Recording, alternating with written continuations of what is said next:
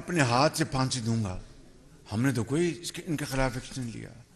جلا دو, گھراؤ کر لو, اسمبلی کے اوپر حملہ کر دو, آگے بڑھو, جلاؤ گھراؤ.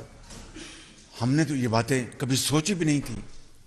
اور آج چونکہ ایک آئینی طریقے سے حکومت تبدیل ہوئی اور مخلوط حکومت 6 مہینے پہلے مارچ وجود میں آئی, اب آپ سے آئینی طریقے سے حکومت جو ہے وہ آپ کے پاس نہیں رہی, تو آپ اس فوج کے ادارے کے سپاہیوں, افسروں, ان کے بچوں کو اپنا اتنی غلیظ زبان میں آپ ان کو تانا زنی کر رہے ہیں اور گالیاں دے رہے ہیں. آپ کا جو سوشل جو میڈیا, جو آپ کا بریگیڈ ہے, کہ دیکھتی آنکھ نے اور سنتے کانوں نے کبھی اس طرح کا منظر نہیں دیکھا تھا.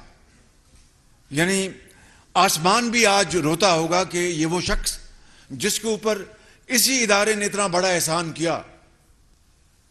اور وہ ادارہ دیکھیں, سننے بات ذرا غور سے, وہ ادارہ جنوبی وزیرستان میں, شمالی وزیرستان میں جو سینکڑوں جوانوں اور افسروں نے, ہزاروں نے جو جام شہادت نوش کیا پاکستان کو دہشت گردوں سے بچانے کے لیے, کوئٹہ میں, کراچی میں, پشاور میں, لاہور میں, آرمی پبلک سکول میں ان کے بچے جو ہیں وہ شہید ہو گئے.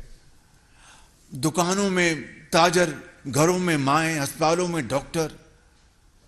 اتنی قربانیاں دینے کے بعد عمران خان اس ادارے کے سپہ سالار, اس کے بچوں کو اور ان کے افواج کے افسروں کو اس برے طریقے سے ان کو کے آگے ایکسپوز کرے.